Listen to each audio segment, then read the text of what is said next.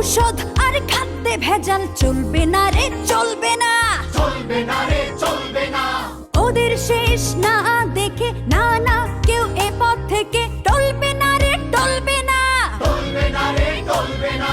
হাত গুটিয়ে বসে থাকার দিন তো শেষ হয়েছে কবে।